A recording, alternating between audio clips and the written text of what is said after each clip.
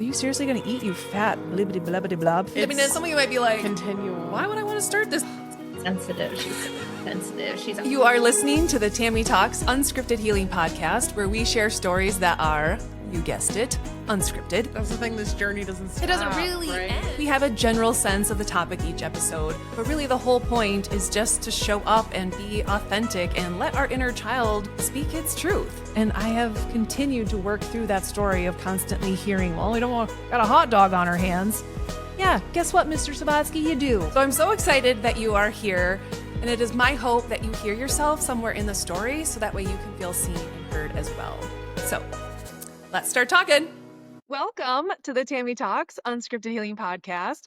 I am super excited about this week's episode, and I know I say that every week, but this week is a little bit different because I am bringing on two of the coaches that I have been working with the past few months that have been an absolute game changer in helping me not only cast a vision beyond what I ever even thought was possible, but also to be able to feel safe within that, which is the key I have found. It's one thing to throw the dream out there and be like, yeah, that looks cool and shiny and nice.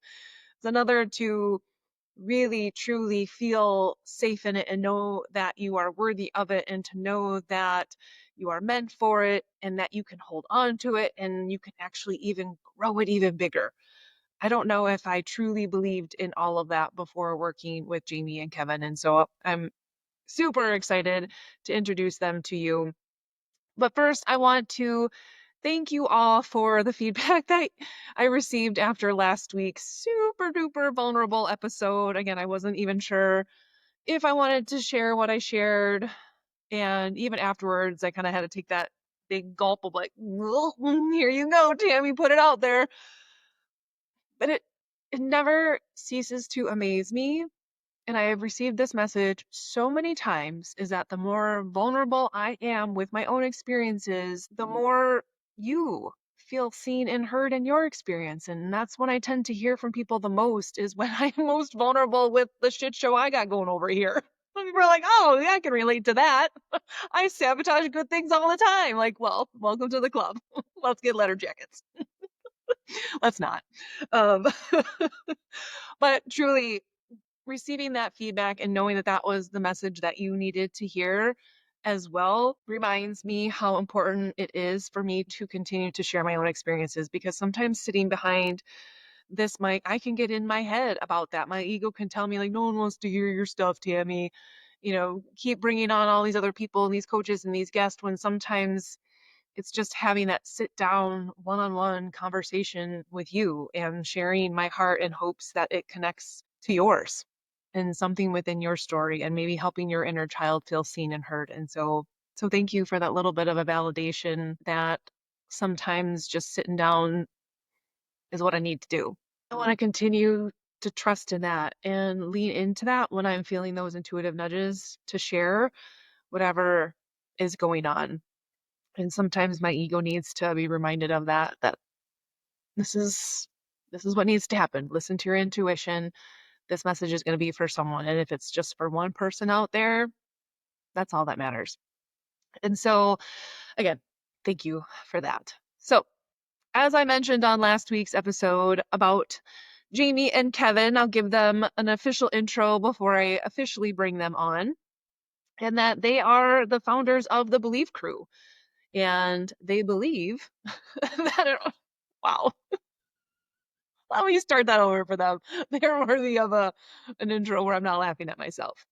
At Believe Crew, we believe that in order to make a positive impact in the world, you must first do the inner work to unleash your own potential. They believe that everyone has a unique purpose and a set of gifts to offer the world. Their mission is to create supportive environments where individuals can fully step into their potential. Believe Crew aims to help individuals cultivate their strengths, overcome their limitations, and unleash their full potential.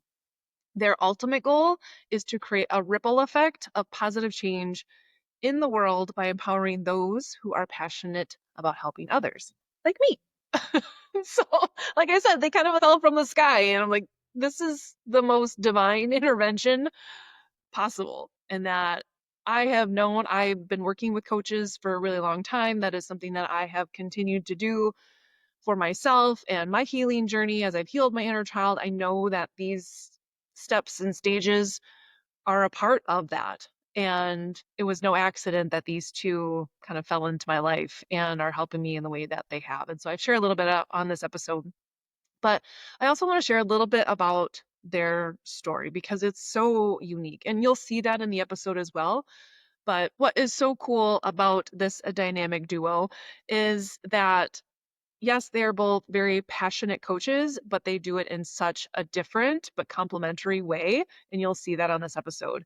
And so, after years of personal and leadership development, their experience has culminated in this vision of creating a safe space for leaders to develop. Jaime is a seasoned leader with over 20 years of experience in leadership through a family business and brings a wealth of knowledge in people development and coaching. Through her own journey to become a better leader, she saw a gap in the leadership industry and felt called to create a holistic approach that could help emerging and developing leaders connect with their calling and become the best versions of themselves. And I don't even have words for this woman and how amazing she is. And Kevin, which this kind of blows my mind because I don't know this version of him, but he rose quickly in the tech industry and yet was still holding himself back from expanding to his full potential in leadership. And as God called him to step into more and more leadership, he began to dismantle the lies that he had built so much upon, freeing himself from shame and guilt. And inspired by those who have helped him on his journey, he has fully embraced his gifts as a healer and a coach, using them to serve others along their journey as they embrace their authentic selves. Together, Jaime and Kevin are dedicated to providing a safe and supportive environment where leaders can connect with their intuition and inner guidance and unlock their full potential. So I am just so grateful for these two and how amazing they work together, how they have helped me in their own amazing ways. And I just truly encourage anyone that is on this journey and knowing that they have some sort of gift or purpose, but not really sure how to bring it out into the world, I would definitely connect with these two. And you will see why here in this episode. So I will hop over to that and we'll get rocking and rolling. All right, I have my two fabulous, wonderful, amazing guests and coaches with me. I gave them a little shout out in last week's episode.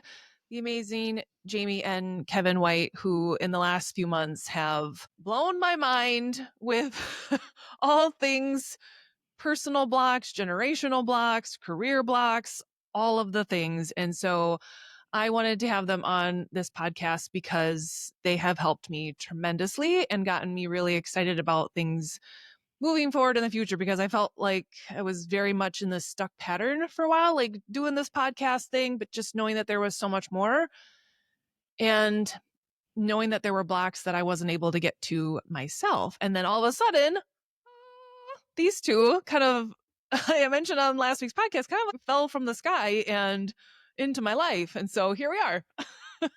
So welcome, Jaime and Kevin. And I think we found each other through a mutual, my friend, Brittany, who I just told her last week, like, how have you not been on this podcast yet? Because she was like my first soul sister, spiritual soul sister. So we're like, okay, trust in divine timing. But she was telling me about the work that she was doing with you, and now here we are. So I would love to hear about the work that you do with Believe Crew. I mean, there's so much we're going to dive into, and they know that this is all very unscripted, but they work very intuitively as well. So like, this is such a perfect fit. But I will turn it over to you guys to share a little bit about who you are, what you do, where you are, because that's a huge part of your story as well. So I'll let you take it away. And we are actually in the same place, even if our backgrounds look different. Yeah. We are now in Mexico. So that's a huge shift. And for me, every day I wake up and I just cannot believe how in alignment I am. That's something that I just didn't even know I could be this in alignment. And so, I mean, hello. And yes, thank you. It's been great to work with you on this stuff. And Kevin and I, we've actually been married for over 20 years, but we're working on marriage 2.0. So even though we're life and business partners, we're working on a new business, and we really actually say that we divorced the first version of our marriage and are working on who and what we want the next version of this to be, and even getting clarity on who we want to be. And it's a wild ride. I'm excited. That in itself is pretty incredible because, I mean, most of my listeners know that I'm going through a separation, and that journey of growing, evolving, are you coming with, or you're not, that type of thing. And to be able to have that kind of commitment to each other and growing together, knowing that you're on your own separate journeys, but how do we do this together is really, really powerful. And what I have just loved about working with you two is like, you're so different in your approach. And it's the perfect tag team. It honestly is. And I'm like, this is fascinating. And so I'd love One to of our hear. clients referred to it as a yo-yo. I'm not sure if that's gonna, like, working with Kevin was one version and working with me is so different. Like, I'm super expansive and seeing the big picture, seeing the vision, looking ahead, billionaire mindset. The questions that I ask is constantly getting you to see yourself in the biggest, most aligned version of you. And then Kevin is more of a, let's check in and see how things are going, and let's make sure everything's in harmony and alignment with your systems. The other reason I love it too is because I think oftentimes the roles almost seem reversed. And so I loved that. So I was like, oh, this is so cool. And honestly, I feel like why it works so well is because you can cast this big billionaire vision, and that's great. And I can get all hyped up about that. But if I have blocks, like, all great, fine and dandy, but I can't get there unless I'm checking in, unless I'm seeing where the stuff is coming from or limiting me. And so, Kevin, I'd like to hear a little bit about your role in all of this. Oh, you are muted. Jaime has been speaking for me for 24 years or so, so I'm used to it. I just sit back and listen. Yeah, even just recently, probably after started working with you, I've really realized that I'm here to support women business owners, and so I've been trying for a long time to figure out how to reach out to guys. It doesn't work, and now I'm like acknowledging, oh, there's a reason for that. That's okay. And so I suppose that really started with Jaime. It started with her working with her dad and me supporting her behind the scenes, or sometimes pulling my hair out, like, what in the world? Why are we back here? And then just all kinds of different women as well. And what I've encountered is that it's just a different set of issues in business, right? Like, one of the big ones is your relationship is a big part of your business. And so that's one thing that I work on as part of a business process that most men would be like, well, how is that your business? But those of us that have either been a woman in business or supported women in business understand how big of a deal that is. You want to be connected and have a good connected relationship as part of your prosperity. That's part of your vision, usually. I mean, maybe there's someone out there that's not true for, but I haven't met anyone yet. And so when we're talking about money, it's part of the conversation. When we're talking about how big you want to build your business, that's part of it. When you're talking about what abundance looks like, I think that if you leave out a relationship, then it's not a pure picture. So Right. I think of it as like going to the gym and you're only working out one muscle. yeah, It really is like, this is like a full body thing. It really does impact every area of your life. And so if you're trying to compartmentalize your career and then your relationship over here, there is absolutely some kind of intertwinement that The idea that it was ever separate, I'm not sure who trained us on that. If that was like a school and you keep your school at school and then you bring, but this is the entrepreneurial way of being. It's not a 9 to 5. You don't shut it off at 5 and go, I'm heading home for the day. I'll see you tomorrow. This is literally life and business merged. Yeah. With your life and business partners or whoever you choose to collaborate with. And then going back to your comment, about Kevin and I, we talk about that now a little bit, like the masculine and the feminine energies. And I have come from more masculine energies and Kevin has come from more feminine energies. But in addition, when you look at our gene keys, I'm working in my design. Kevin's design is harmony, oneness, things that would maybe be considered more feminine energies, maybe, but I'm working in my design to be in super abundance and expansive. And if you look at my gene keys. There's 3 of them that have awakening, which is like, if I'm not in the healthy version of me, it's agitation. Ooh, And no. yes, I have lived Never there. happens. No. No. At least she's got a fallback. Like, I'm sorry, I'm just in my shadow. I'm in my gene keys. Yeah. No, it's good that gene keys in human design, it's like they give you insight to what's already there, but somehow by it being on a piece of paper or on a screen, it's like, okay, I'm actually not broken. There's a reason for this, and that helps. Well, and that's something I mentioned a little bit on last week's podcast when I was referring to how you guys work and really encouraging people to open themselves up to the different tools and the different modalities that are out there. Because for me, inner child work opened up like, whoa, now I could see all of these things. But looking at human design, looking at gene keys, it's really, really getting to know who you are and why you are the way you are. And for me, understanding myself on that level has allowed me to release some of the guilt and shame that I'm not someone who's meant to work a 9 to 5.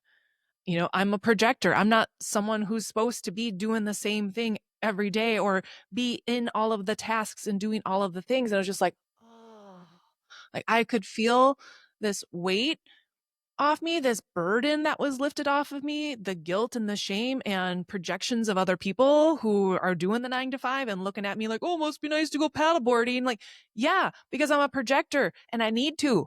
So, I would love for you guys to talk a little bit about how you mix in these different tools to help people really see who you are and be able to work within those gene keys, to be able to work within their gifts and their zone of genius and all of those things. If I can jump in here, Jamie, I think that one thing that has been fun about working with you is that you came with that background of doing some of the inner work. And so I know we've talked about this. We both have enjoyed working with you because you've done some of that and you have a system that you've brought us.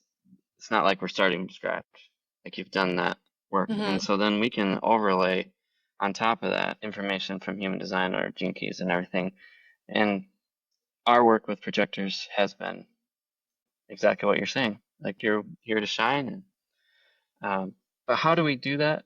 Jamie, do you want to speak to that? Well, I was thinking about the little bit that we've used it even personally in learning for ourselves. So Kevin is a generator. And if I would have known these things earlier in our marriage, earlier in any partnership, relationships that I've been in, understanding someone else's design and mine and how we work together. Kevin is a generator. You know, I'm looking for an like a real like If he's saying yes, it's coming from his head and it's not totally in alignment. So I've learned to ask the question again in a different way. And for me, he needs to ask me, what are your thoughts? Like, don't box me in. If I'm a manifester and I need space, and even to the point where I need space energetically sometimes. Like when you say you're out paddleboarding as a manifester, I sometimes need space. And I'm an extrovert, but when I'm in creation mode or something like that versus generators, they have this energy inside of them and they can just go, go, go. So anyway, learning these things at first, I resisted. The process in our marriage and in our business is that both of us love to learn. Kevin will read books or learn from people or listen and watch videos, and then he'll want me to see them or, you know, be like, hey, I think you should read this book. I usually resist that first a little bit, maybe read the first 3 chapters and then recommend it to someone else. And Kevin, and for me, I'm like, oh, I've got a new certification that I want to get or a new assessment that I think we should learn. And at first, Kevin will be, you know, sort of resistant, but then he just sort of wakes up knowing whatever I was learning. You know, it's like he gets it through osmosis. I'm not sure exactly what his system is, but anyway, so what we realized is that the two of us kind of can push each other or help each other and support each other, but then we also have found that our triggers are really something that we need to lean into instead of avoiding or being afraid of, because any relationships that we're in, they're there to teach us. Yeah. And we're hitting against something that's coming up because it's already in us. If Kevin does something that I don't react to, I don't have a trigger around that. It's not an issue. But when both of us are reacting, which is what our first marriage looked like, a series of cycles of triggers, like hello, meet chaos. Yeah. So anyway, we're doing the work ourselves to figure out how to be in these relationships, how to be a healthy leader. Both of our moms died of cancer. My mom was 44, his mom was 47, and we were in our 20s. We had 2 kids and a third one on the way, and it was a crazy time of our life. And we look back and we're like, what is it that our moms didn't know? What is it that they didn't know? And they didn't know how to deal with the emotional pain. They didn't know how to step into the best, biggest versions of them. And who was teaching women? Who was teaching leaders to be healthy? And how do we become healthy leaders? And so I love business. I love strategy. I'm here to support that. But if there's no way to work on the strategy if we're not dealing with the triggers and the past junk. So that's what I'm here for. And I love that, because how many people, you have that vision or these goals and you just want to put the pedal to the metal and plow through, completely ignoring all of the triggers, completely ignoring all of that stuff that might be coming up, because you're just so tunnel visioned on what it is, when what you're allowing people to do is like, no, all of those things are valuable. The triggers, the emotions, to use all of that and to funnel that into your personal growth, into your business, into seeing that as a source of fuel, as energy, as inspiration. And I think it's so important. And I love that you're learning these things about each other, because I think it's one thing to know someone's love language, but that's, to me now, knowing all of these things, it's very surface level. Like, that's great. You're like, I'm a words of affirmation person. Well, when your words are very triggering, they got to be the right words. you know, I love that you can see that and know, well, he's not responding in this way because maybe he's more of a processor or this, and then you're not getting as triggered.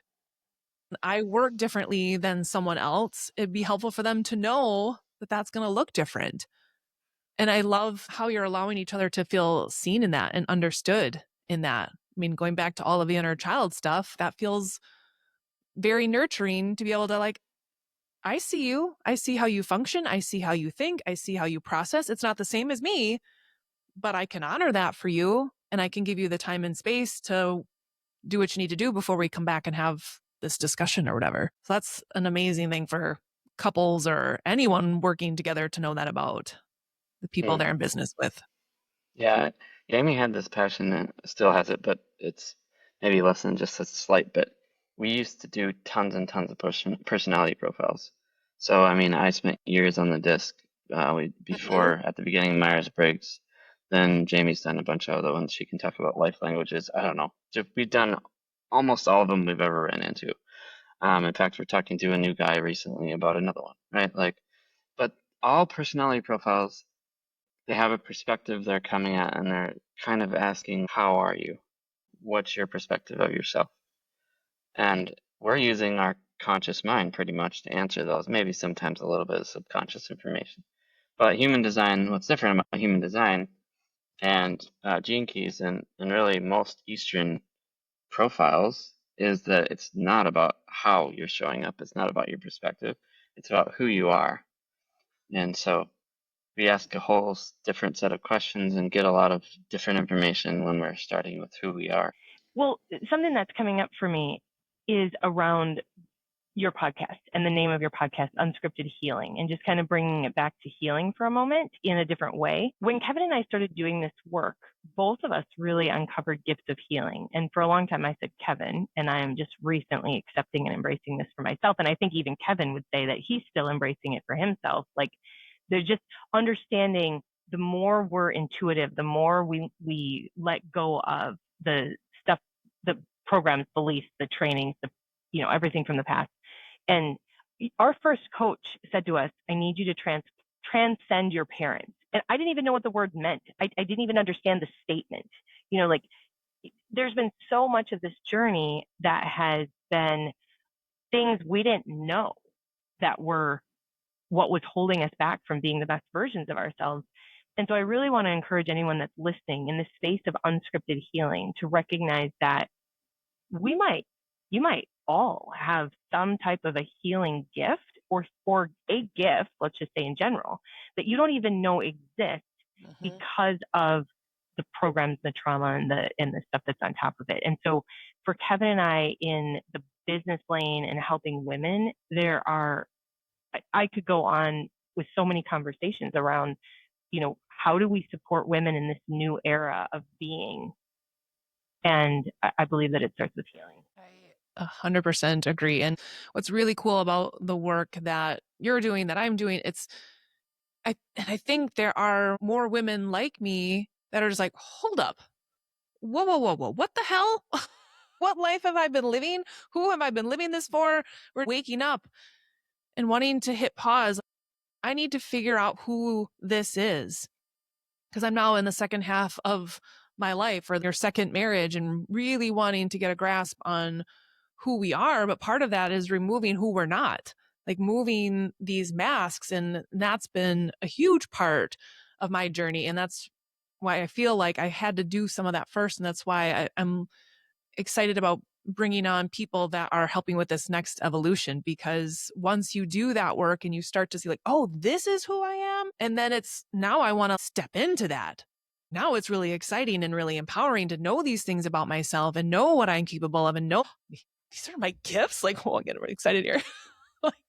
And then to have people around you pouring into you, because even though I've done this work and I understand my ego and I can talk to it and integrate it, it's still there. And it's still be like, are you sure, Tami? Really, Tami? And then I have you two being like, yeah, it's right there. It's on freaking paper, and helping cast that vision. Because, and Jaime, I know I actually wrote last night, what is my ideal day? And I'm like, I have a feeling she's going to read this and be like, Tami, this is so small. Like this. She's like, where is the private jet? Where are the, TED Talk stages?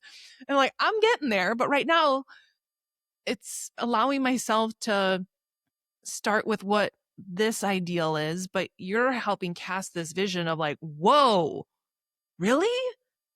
And I've needed to learn how to, again, feel safe within myself to see how that feels to think and dream that big. And I think that's where, again, your guys' work comes in, where like Kevin's kind of seeing like, oh, there's something there. There's a reason why you're not allowing yourself to really sit in this and believe that this is possible for you. When you guys can see it plain as day, like, yeah, it is.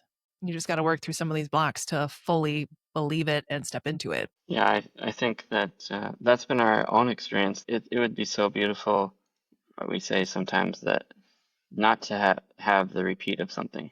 But every time something comes back, that's just information that there's more. And I suppose that it's probably always like that. And so certainly it'd be nice to be able to get out of cycles where you're repeating the same thing over and over. And I definitely believe that's possible. And sometimes it's getting much deeper into who we are and really seeing the possibilities, being connected. I know for me, I can get connected sometimes, and then other times I find out later I'm blocking it. Right? I've disconnected. I told the person I always try to sell is Jaime. She never has bought into my sales pitch, but I do. I buy into my sales pitch all the time, and then I find out like, oh, okay, I see what I did there. I'm back to giving my power to someone else instead of really standing in my power and being there. And yeah. And it's nice to have that mirror too, be able to see that like, ooh. She'd probably like some days, Jaime, do you want to just switch it? Like you're on the mirror? No? Probably not. No. Kevin, would you mind sharing what you see consistently with women and where some of the similar blocks are and things that you just feel like you wish all women knew? Mm-hmm.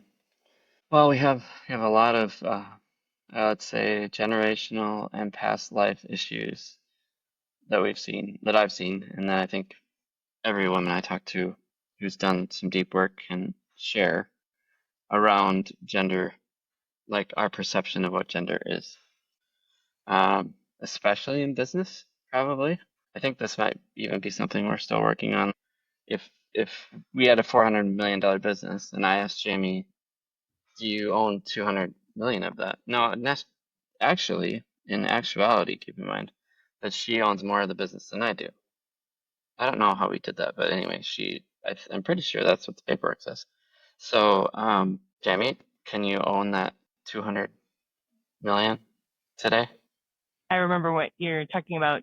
The idea that as women being in relationships, do we show up and own our portion of the value of something, right? And so, right? How are you feeling about this, Tami? What's coming up? The mic isn't working. Yep, doing the work over here.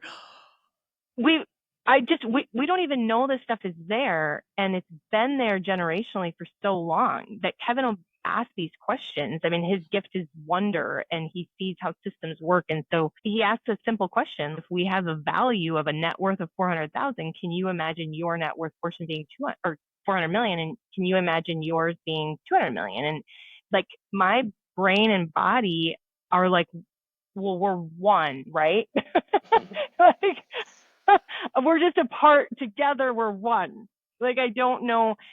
And there's something beautiful about oneness in relationships, but then what does it take for us to own our value and to know our core values, to know the words that represent us, and to allow a financial representation of us? To answer your question, Kevin, like it's not an immediate yes. Yeah, thank you for sharing that, Jamie. And I think what we need to consider is that we're evolving here. Maybe we've devolved in the past, and maybe we're evolving now. And it's okay to not be able to say yes right away, and just to sit with, like, why is that there? I know one thing that's powerful for me is the word woman, in all forms of the words denoting women, really comes from, at least from a more Jewish background and history. That word, like a lot of Christian people say, that is like helpmate or something like that. But that's not actually what it means. It actually means like the same influence as God or unconditional love in a person's life. That much support. And so there may be part, like, we don't know the end of the story here, but there may be a part of what woman is, that where you want to support something and nurture it. And so I don't feel like we want to have absolute answers here. And that's more of an Eastern thing. Eastern people ask way more questions and make way less conclusions, right? And it's actually pretty healthy. So if we look at it more like, the answer doesn't have to be that Jamie does own 200 million, but let's understand why there's a challenge there, and let's understand what does matter to her, and then work with that.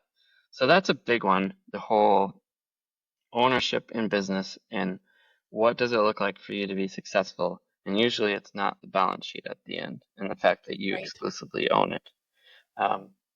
Another big one is even just being spiritual, I think, is sometimes a challenge. Like, it's like, that's for my dad or my husband or something like that. Maybe that's a Christian thing too. I'm not sure on that. But what I see is that women are usually more spiritual, right? Like more connected and more intuitive. And so I guess going through an experience where you prove that to yourself, where you have methods where you know that that's true, is helpful. And just getting more understanding that, especially like someone like Jamie or you, Tami, both of you are splenic. So knowing that knowing is powerful.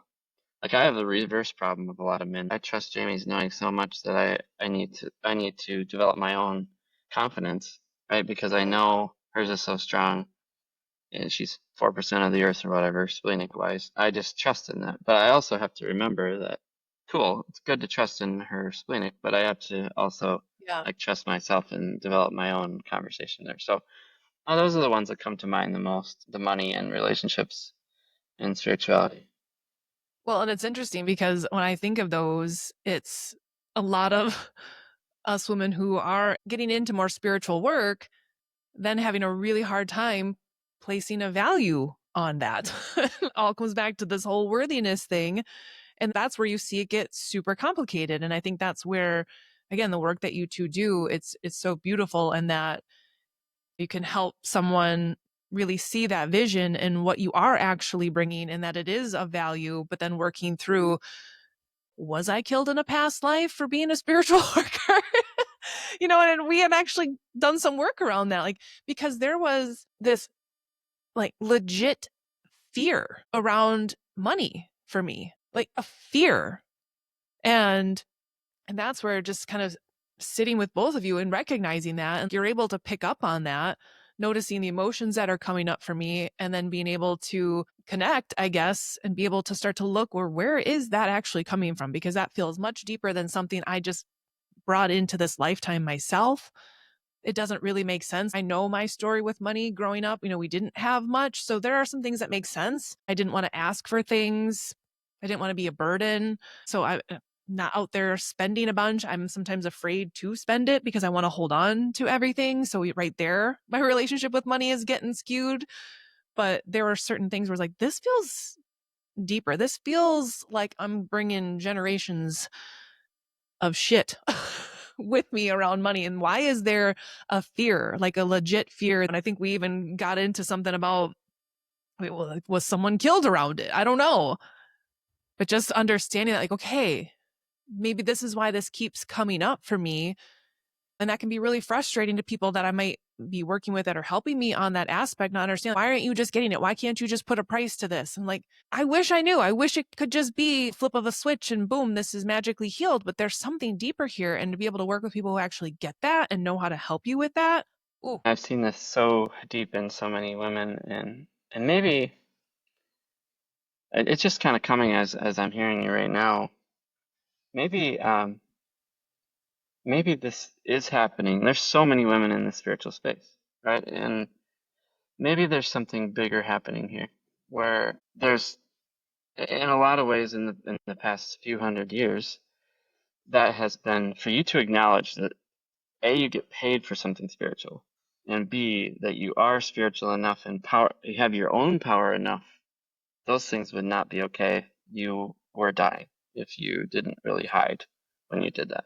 And now we're asking women to be completely visible and vulnerable on all the channels about it.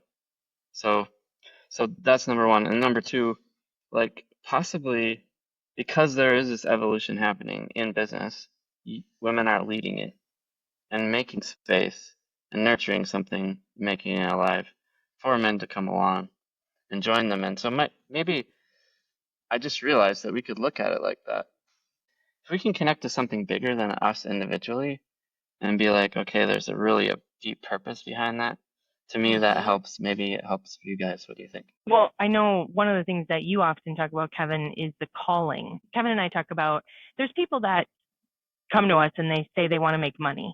We're really not here to help people just make money. It's more about that entrepreneurial calling, or when you know you're called to something more and you're just not sure exactly what it is, how to do it, what it looks like, all the what's get in the way. And I believe in finding the who's to help you, but really leaning into that spiritual side of things and just recognizing that if you feel called to something, there's a roadmap inside of you, and it's through your desires and through your callings. And that's really what we're leaning into. I love that. It just gave me goosebumps. Yeah. And I've said that a million times on this podcast. If there's a desire or something that you keep coming back to, this idea or this interest, or you find yourself like, gosh, every time I'm searching on something, I find myself watching these kinds of videos, or I find myself, those are all little clues and all little indicators, the same way our triggers are clues and indicators about what we need to heal. And I do believe that we were all born with gifts. Everyone had that gift under the Christmas tree, but so many of us are just out here doing the shoulds and not even seeing that there's this amazing gift waiting there for you to open it. And I talked a little bit on last week's podcast that, and this is kind of in a different realm, which you guys have also helped me with, of being able to have this gift from someone else. And I was like, I don't know what to do with this. And I think oftentimes we do that with our own gifts. It's like, okay, I know that I'm meant to channel. I know that I'm meant to get these messages out there. Like we freeze with those blocks, but it's very cool how you guys are kind of helping people like, okay, this is how you open it. This is how you use it. Do we need instruction manuals? Because here you go. And you had mentioned us being splenic. Can you talk a little bit more about that? I think people are like, what? Because again, that helped me know that, because I think people can look at the decisions I make as very impulsive and probably not mature decisions, but that's how I'm supposed to. So if you would share a little bit about that aspect of human design, I think that would be really helpful for people that are unfamiliar with it. Okay. Yeah, I'm definitely not a human design expert, but I've really zoned in on a few things that help me as an energy healer to understand who you are and how your energetic body is defined. And that helps me really connect and get a quicker understanding of how to support you. So there's going to be, I don't know how many different authorities there are. The word that you're going to focus on if you want to Google this is authority. So human design authority. The most popular options are splenic, sacral, and solar plexus, which is like emotional. So you either are splenic, which means you have usually a visual component that I've seen so far, but like Jamie, when we said we were going to move to Mexico, you know, she had all green lights in her head. So it's somehow you get this knowing in your body that something is right. And it's like an immediate thing and very strong. I think it's this, out of everyone I've worked with, I think it's the strongest connection. It's probably why it's so rare. And also, I also have noticed that splenic people, they are given big things to do and they need to be supported in that. And you have that knowing, and part of it is because where you are in your soul journey, you're going to be doing something big. You need that knowing. It's there for a reason, and you need to be supported in that. So the next one, sacral, is also a knowing. It's pretty strong, and the idea would be more in your gut, right? Like the that Jamie was talking about earlier. It's a very connected knowing. You have to choose to go there to get that. You got to get out of your head to feel that, but it's very powerful as well. And then we have the emotional one. So far, the one I know the best, it's mine, and it's a little more complicated. We have more of an emotional wave, up and down, maybe even inside of a day. I think my theory is that possibly when we're healthy, it's a little quicker, but maybe not. Maybe you're healthy, it's longer, right? So I don't know. Anyway, you have this wave. We need to understand kind of, are we low? Are we high? And you don't want to make decisions on either side of that. Just kind of when you feel more grounded in the middle. And the lows and the highs are information for us. They're there for a reason. They really support us in like navigating life. We bring different information to the party. And then there's also ego manifesting. Seeing this mostly with manifestors, but could be other people. And this is like the authority is what your heart desires, which is almost heart led. Your authority is your heart, and your ego actually is a part of your heart when it comes to human design, chakras and such. The ego comes from your heart chakra. So anyway, that's all I know. I love that. But when you're talking, it makes me think about how in tune with ourselves we really need to be to tap into that and to trust it. Yeah. And when I think about the work that I've had to do to get to this point, was I am very intuitive. I do get those hits now. Before, I always questioned them, or I was always seeking outside validation because I didn't trust what my gut was telling me, or I felt like, ooh, that's maybe too impulsive. Maybe you should ask 18 other people and find out what they think and then make a decision.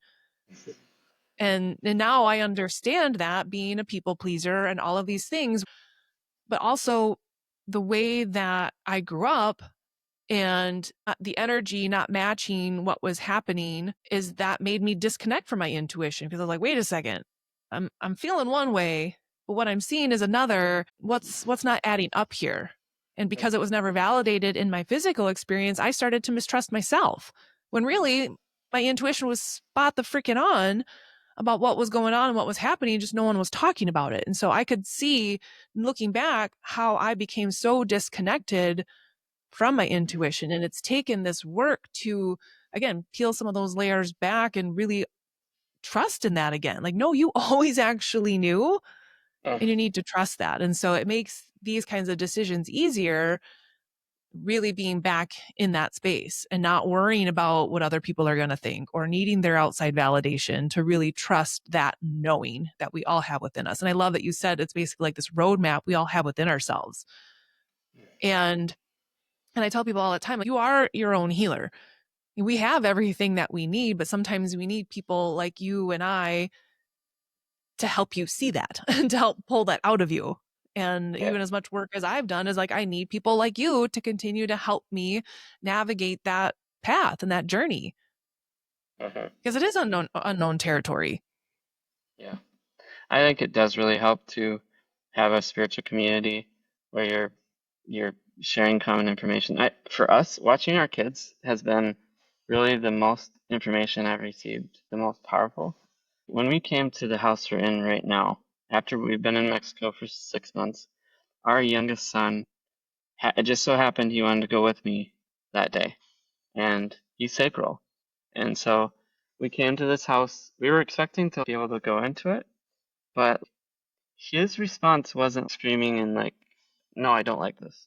And it was a mess. It was still a mess. They hadn't cleaned it. It was like down here having bat poop on the side of your house, and like, it's in the jungle. Things get very dirty very quickly, leaves, etc. Right? Like, it's like the trees here. I don't know what their cycle is. It must be monthly or something, but it's like probably 3 months at the most. It just feels like leaves are always falling. So you got to constantly clean up. And he was just like, yeah, it's good. And I really trusted that, like, a lot. It felt good that he responded that way. And we have a splenic manifester 9-year-old too. And so just learning that about your kids is a really powerful thing, and understanding that they are spiritual. They are not usually bringing near so much brokenness to or distrust in themselves to the party. So witnessing small children and knowing who they are and learning how they work automatically can be a beautiful expression, or a beautiful way to learn about the authority. And then you have to sometimes give it time as proof. I had to give it a month or two to see what he was feeling, and then me starting to feel that too. Oh, I love that. I love that so much. And you're right. I think my kids have been my biggest teachers in that reminder of what an inner child is, the things that bring them joy, and how they just want to express whatever, whether it's extreme joy or it's intense anger. They allow themselves to feel it. It's like, wow. And our job is like, how can I support that in a safe way? And watching how ego wants to swoop in sometimes for them, and all of those things. But I think that's super valuable to not only know the types that your partner is, but also your kids and how they work. Because again, if you've got a kid that's a projector versus a manifester, and you're one way, we want to try to box them up because it's the way we want things done. And when you can start to see like, oh, they're just going to need a little bit more time. Like, I'm actually really excited to do my kids just to see where they're at, because like I know their love languages, but again, this takes it to another level of like, and now I can really see you. So the same kid in Orlando at a slide park, a water park, that we picked out for them, for the younger kids to go to, his reaction was screaming. Like, no, I'm not going near, never. He was like, and I was like, well, what's wrong? And so I brought the 9-year-old manifester there, because manifestors, by the way, don't really get as affected by the energy that's somewhere. And I did witness, and nothing against the people there, it just didn't feel abundant, and he reacted to that. It was more of like, we didn't know this when we picked it, but it's kind of like a cheaper, just doesn't feel completely fun. And so he passed. He stayed in the room, and I let him because I trust. I did argue for a while. I wanted to make sure that it was real, but then just felt like best to let him and his older brother, who had the same reaction, let them be. And it was fine.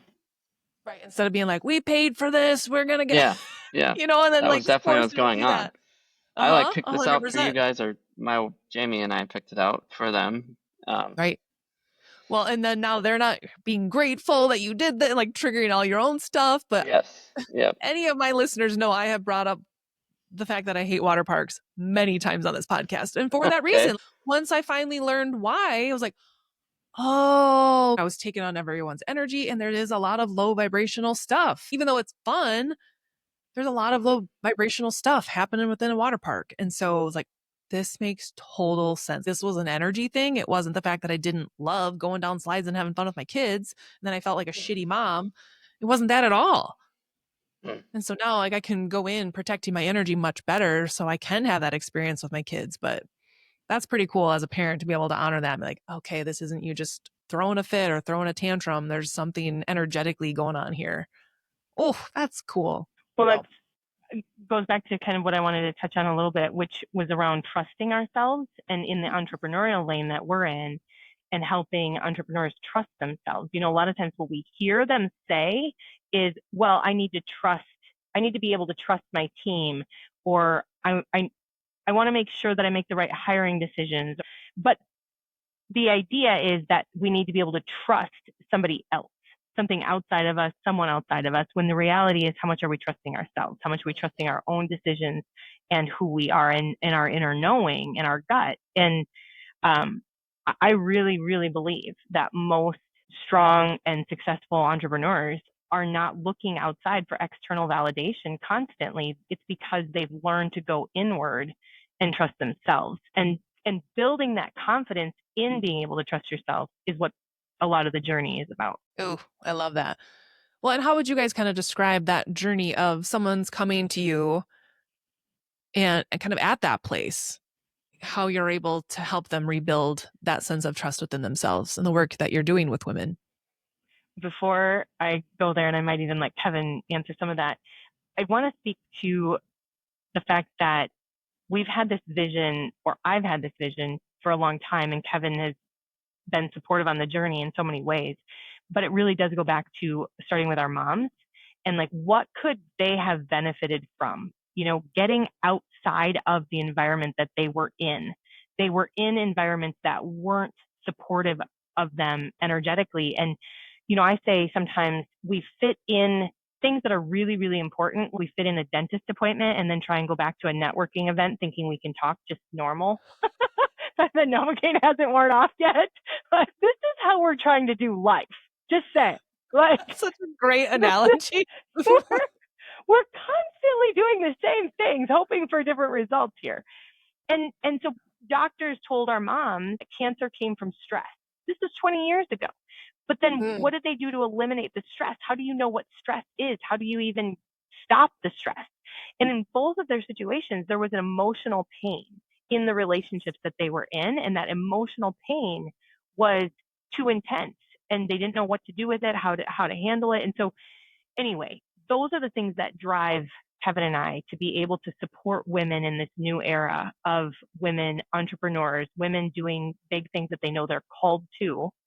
Really, any sort of calling is really what we're here to support, and recognizing that there are going to be glass ceilings that we run into, and there's going to be blood going through those glass ceilings. Like it just is part of the process. And showing up for me is I can help someone be expansive and help them see that it's possible and be really, really grounded in that intuition and that clarity. But then there's a ton of stuff that comes up after that. You can have a very big vision, we found, and then it's everything else that gets in the way. It's the blood going through the glass ceiling that gets in the way. So where Kevin and I are coming from is just this understanding of we're here for it. We're here to support you. It is not going to be an easy thing, and there's going to be doubts. And what our coach taught us and believed in us is longer than the doubters doubt. You know, longer than the doubts can come in, we need someone that can walk with us, hold the vision high, and believe in us and see that with us. And Kevin and I are called to this. For whatever reason, this is where we feel called to. Yeah, and that comes back to like being in Mexico and getting people out of what Jamie's talking about, the day-to-day, the cyclical thinking. And it's been expensive for us to be here. I mean, I would like to just say that the people here operate very differently. spiritually, right? There's a lot of things that they think is completely normal that even for me coming here, I was like, I'm not sure if I want to go into that little hut there and, Yeah. light fire to rocks and see how hot I can get. Like, why do you do this? But to them, it's like, oh yeah, I do that a couple times a year. To anyone that's pretty much successful down here, maybe that's too broad, but you get it. It's very normal. They're doing something at least, whether it's that or a different type of ceremony, or a different type of working with a yoga instructor on their life, whatever it is, is normal. So we've kind of found our spot. But for me, I'm realizing that even for myself, I want to build some systems to help me navigate that, right? I do kind of need a handbook. It seems like I forget and I relearn the things that I knew before, which is part of the process. I'm fine with that. But let's create some systems, whether some of that's people around us, where if we're going to keep growing, we're going to keep evolving in an energetic and spiritual way, we're going to need people and a way to deal with that.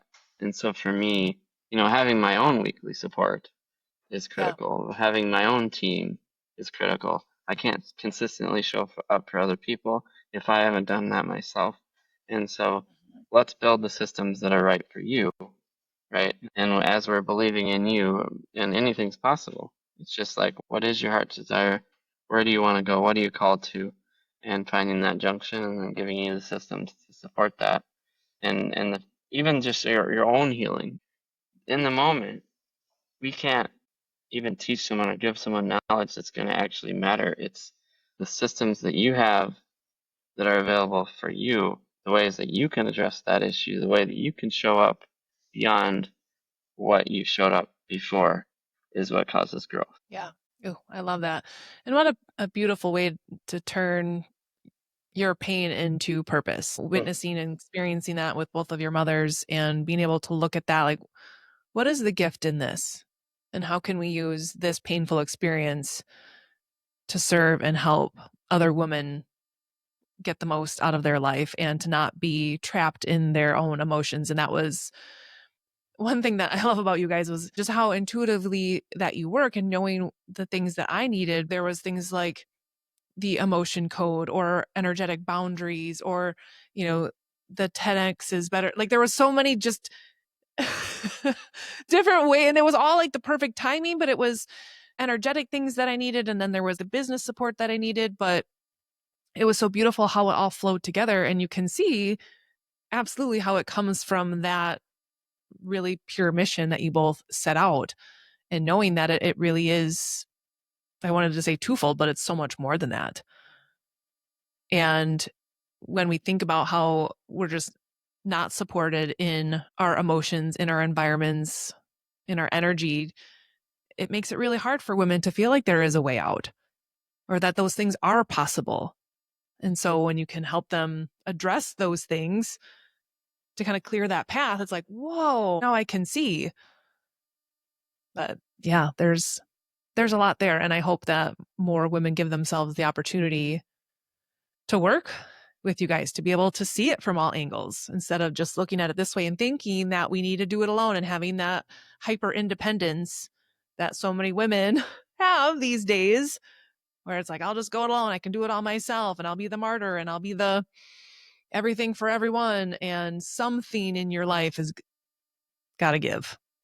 And oftentimes it is our health, or it is something along those lines. And so I want to back up, because we kind of touched a little bit on Mexico, and I know that's not necessarily what this call is about, but I think it's a pretty significant part of your guys' journey, really casting that vision, I think, for people on what is possible, and that you literally can change your life just like that. Because I think decisions like that feel so daunting, and I would absolutely be in like analysis paralysis, like, sure, I want to do this thing, but, and kind of how that process developed and how that's now impacting your business. Like you said, this, where you're at now, is very expansive, and it's allowing women who come there for retreats to be able to be in that energy. It did not happen overnight. Let's just start there. We took steps intuitively before we knew where it was leading us. And we trusted that process without understanding and judging it. for example, in 2021, we felt like it was time to sell our duplexes. We'd been living in central Wisconsin for 43 years. We were landlords. It's one of those things that when you're trusting the process and you're working with someone intuitively together, I always look for 2 green lights. If that doesn't happen, then it's let's wait, let's come at it from a different angle. Something needs to shift.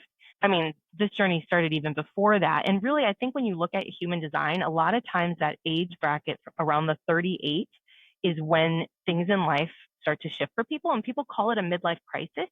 What if it was already what if it was always planned? Like we're Yeah. here meant to change at different phases and stages of our lives and so for me, when I was around 38, I started wanting to learn about coaching, and I started wanting to change things in our relationships. I wanted these cycles to end. I didn't know how to get them to end. And so there were so many pieces before the actual move that Yeah. led up to us being ready to move.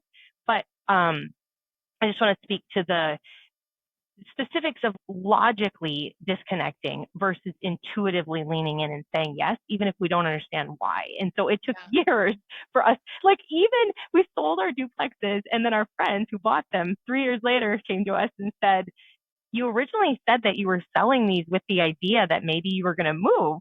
Is that still a thing? And at the time, I think it was like this inner knowing of maybe something is coming, because my reaction was, oh, no, we're good. We're really good here.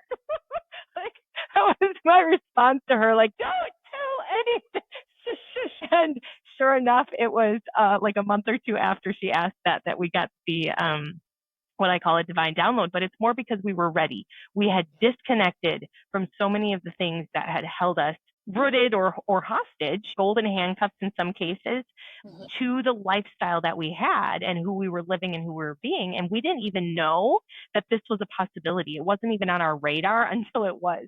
So my suggestion is to lean into those intuitive prompts and to trust them, even when there's no proof. And that's called faith. So with Believe Crew, right, it's about taking that leap of faith. It's about believing in people and believing in something, even if there's no proof that it's true. And we would absolutely not be here if we had not listened to those intuitive promptings along the way. And then when we got the download, it was green light, 6 months, let's go.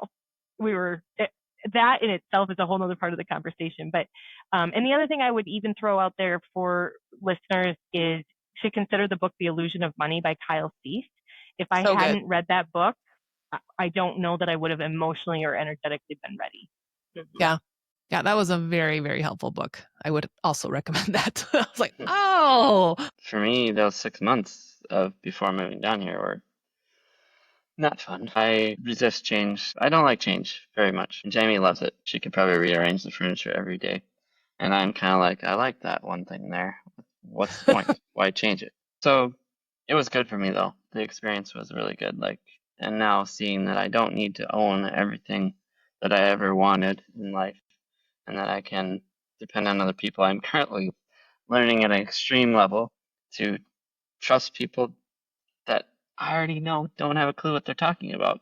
But that's fine. That's a new level of learning, to just let them have their own process. It's like leadership training, knowing that they don't have all the pieces, but I can't speak their language. And so sometimes I've got to trust them and give them space and do my best to guide them if there's something I can do.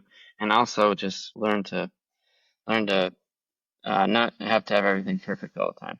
And that's been a huge process for me. Ongoing work, obviously. We'll see where it goes. Yeah, because you guys didn't just move the 2 of you. You moved your entire family and unplugged from the system completely. School. Yeah. From seven bedrooms to 7 suitcases. Yes, and we had already disconnected from the school systems, from the church group that we were a part of. There were different things that we had, again, previous to that download. I just want to highlight, too, the Surrender Experiment book by Michael Singer. And Kevin was in Orlando, went to visit the Temple of the Universe and listened to Michael speak. And really that has been, we understood that the journey in coming to Mexico was about surrendering and letting go of all the things that we thought were important that we'd held on to for 20 years. And for me, it was a little bit easier because I grew up in the storage industry and I knew what people were storing and what happened. And that the biggest competitor to the storage industry is the dumpsters. So I'm like not looking to keep our stuff, but it was still a surrender process for both Kevin and I, and to let go of the things that we thought we needed. And we know that to be true. When we're growing, what is it that we need to let go of that just feels like it would be horrible, it would be wrong, why would you do that? And what if the opposite is possible? What if it's actually what's holding you back from something incredible? I mean, that's been the last few years of my life, and I've had that conversation many times on the podcast about having a hard time asking these questions about what we really want because we're afraid of the answer, and that what if the answer does not match my current reality? Something's going to have to change, and it may require surrender. And no, it actually will. It will. That's a definite. If you want that thing that you say you want, something's going to have to shift. Something's going to happen. You're going to have to surrender some aspect of not just your life, but probably who you are, an identity that you attached yourself to, a career that you attached yourself to, a relationship that you attached yourself to. And I think I mentioned this 2 weeks ago with Stephanie, in that we have to be willing to fully embrace that. And I want to be able to work with people who have done that, done the work. It's different to work with a coach who has stepped into that coaching career, but you guys have literally surrendered everything. So when you're talking to someone like me who's having to go through this process, I know that you get it. I know that you've been there on the ultimate level of that and degree. And so I think that is important to work with people that have immersed themselves in this work, are doing it themselves, and continuing to, and not being shy about that. Here we are, still learning, still doing the things. I love that. And I respect that about coaches, when you're in this still doing the thing and you're leading the way and just steps ahead, but shining the light enough where I can see. And that's pretty cool. So thank you for the work that you do. Well, So how thank can you. people connect with you two and work with you two? How does that look? Being in Mexico, all of that jazz. Well, I usually say that you can find us on LinkedIn. That's probably the easiest, most visible place. But we do have our website that's very connected to our socials now.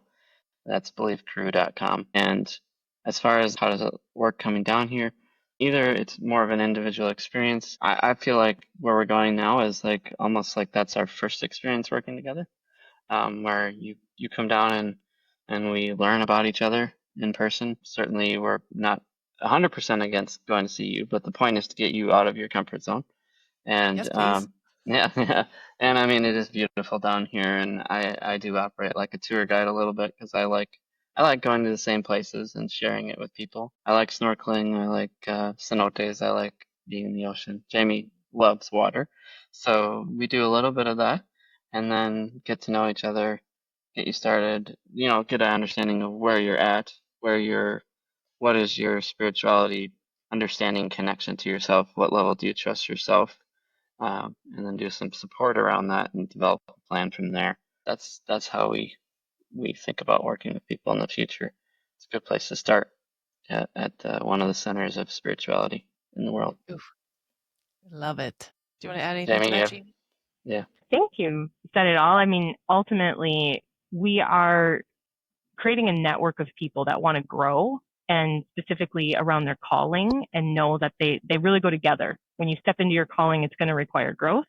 And so who are the people that are called to go on that journey with you? And for Kevin and I, we're wanting to create a community of people that are like-minded in this. And so reaching out and connecting and being willing to do the work. And then the one-on-one work that we do is very custom, high-level partnership, high-level support.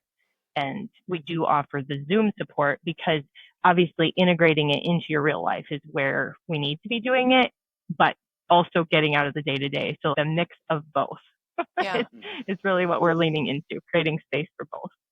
Yeah, absolutely. And I do think sometimes you need to kind of take yourself out of your current reality to just kind of shake it all off and get really clear, lay it all out there, get in touch and in tune with yourself, because you can see if you're not, the other work, the daily work, you're only going to get so far if you're not able to make those decisions, trust your intuition, know how you're feeling about something.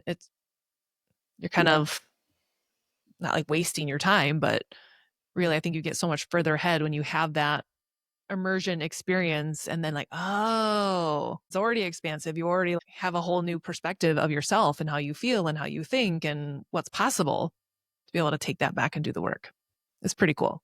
It's a very unique experience. And I highly encourage anyone to do the work with you too, because it has been an incredible experience for me so far. And I said some of the shifts personally and professionally that I've experienced already is like, whoa, okay, cool. And I've worked with a lot of coaches and it's all been great. It's just, this is a very different experience. And I will say too, to your point, Jamie, about being connected, I very much feel that. I couldn't believe the amount of like, oh, you need to meet so-and-so. And this person, I was like, I felt so supported. Even after our first call, the follow-up email that you sent me, I was like, what the hell is this? It was just like ideas and everything was like, yes, this woman sees me and knows me. And the connections that you made are absolutely the people that I need to be connecting with. And so I could be out here spinning my wheels by myself or holding hands with people that are like, girl, we got you.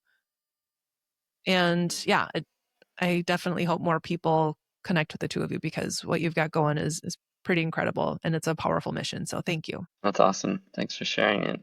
And I would say the same, I mean, about Jamie.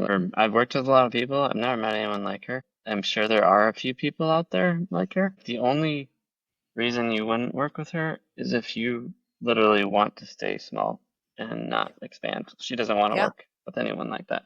But otherwise, if you do have a big vision, she's gonna. I've never seen her like not come up with something bigger. Oh, I know. I feel like every call I have, it gets bigger. And I was like, oh, yeah. Yeah. Yeah. So we might have entertained this idea that, you know, we have a good understanding of ourselves or where we're going and we're connected. No, like you work with Jamie, it's kind of like starting over sometimes. I keep trying to think that working with me is like riding in a hot air balloon. I just have this great vision that it's peaceful and gentle. And everyone tells me it's like a rocket. Like, yes. Exactly. Yeah.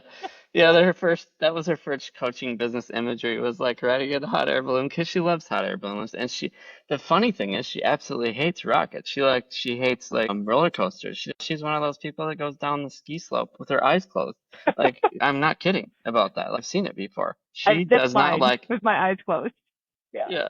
She doesn't like radical change as far as spatially and physically, but yet when it comes to business concepts, she absolutely breathes on that, and you take it away, 100%. and she just can't breathe anymore. So expansion rocket ship is definitely the vibe yes. that you give off. It's like we're going here. Like stop with this. Stop with this. Yeah. Mm-hmm. Which again, for me, I thought that was dreaming big, and I'm like, oh shit. Mm-hmm. This was still small. And that required, some deeper work to be able to feel emotionally regulated and safe within that, and knowing that, okay, now I need to learn how to feel safe within this. Mm-hmm. You're gonna have to do the same work. You're gonna have to figure out how to be safe in the next level of growth. Let's just kind of skip a few. Mm-hmm. Yeah. Like, why move from Wisconsin to Texas to Mexico? Like, let's just go straight. Yeah. Mm-hmm. I love that. And I think that's probably what people actually want. But then when they're on that rocket, she's like, oh shit, like just stop, let's pit stop. And like, no. We're going. Because it is really what we want. Like no one wants to dilly-dally on their dreams and things, but you're going to find things along the way. But I think that's where you guys both help accelerate that and almost make it feel like, no, we can do this work as you're on this rocket ship. So that way you're not having to stop. Yeah. You're not hitting those speed bumps. You're not hitting those roadblocks because of your past trauma and the generational stuff. It's full speed ahead. Tuck and roll. We got this. Yeah. Yeah. I mean, if you would probably build a plane faster if you could fly it and build it at the same time. So we're just experimenting with that idea. Yeah. Ooh. I like that. I like that. That is that. Yeah. It is. I mean, if you think about the spiritual realm, we don't need to be safety conscious, really. That's what's holding us back. So it's not about sitting in your seat or having your seatbelt or knowing when your oxygen mask is coming up, all that kind of stuff. You can. Right. And that's a lot of the conditioning stuff. That's what we've seen our parents do. That's what we've seen other people do that tell us what you should do. Make sure you have all these boxes checked, when really it's like, if you can lean into that and trust more of that spiritual side and what is possible. And how much of that is coming from fear? Like literally Yeah. the motivation around it is, I'm going to keep you safe. I'm going to keep you comfortable. I'm just trying to protect you. And when we had people doing that when we were leaving Wisconsin and we had the call to come to Mexico, the idea was, well, are you sure you want to sell your house? What if you kept a rental? You haven't even visited Mexico. You didn't even stay there yet. What if you don't like, the idea is when you're called to something, what would happen if you just leaned in and walked into the fear? I mean, I will tell you, it has been an incredible journey and I would 100% sign up again. I mean, I am so in love with what we created. But a year ago when we were in our home in Wisconsin, I woke up every day thinking, what in the world are we doing? Because I don't want to give this up if there's no guarantee it's going to be better on the other side. Like, why would I give this up? And that is not really what we're called to. Like, it's a calling. Yeah. I'm really excited about it. Any calling. Let's just step into the fear zone and let's just do it. Straight to the depth. Yes. Well, in full circle moment, when you guys talked about relationships at the beginning, and on last week's podcast, I talked about trying to sabotage a good thing. And something that you guys helped me work on was, on a personal level, being able to let love in and to be able to trust that, and removing some blocks around that, knowing that if I can start to feel safe in this and in this frequency and in this, like, what could that mean in my career? And it's always happened that way. Things have always happened personally. And then all of a sudden I've seen it come through into my work life. And so now I'm like, oh, but you helped me work through a massive block and able to receive that. And so thank you, because now I'm like, oh, I'm starting to like trust this. Whereas in that episode, you will see I did not. And I was like, let me find all the ways to try to sabotage this, like I was doing in my business, in my career. And now I'm like, okay, Tami, this is actually safe. So now when Jamie's thrown out these big ideas, you can start to feel safe in that as well and trust that it is meant for you. Because I was denying the gifts that were waiting for me. So Yeah, one big thing that Jamie does a lot is she'll help you get to the energy of what it would feel like for you to live in your dream at the end of the story, right? And she actually won't let me or anyone else, doesn't matter who you are, move forward without getting there. So yeah. Well, she will let you move forward, but she's not going to go with you. So it's kind of like one of those choices, and we all want to be around her because it's fun. And so, yeah, and that's key. I mean, we really do need to create that kind of energy. Kevin, I wouldn't use the word "we all." I think our kids are tired of the expansion. They're like, "Mom, I'm not one of your clients." Yeah, and then they come back when they're ready. So yeah. Mm-hmm.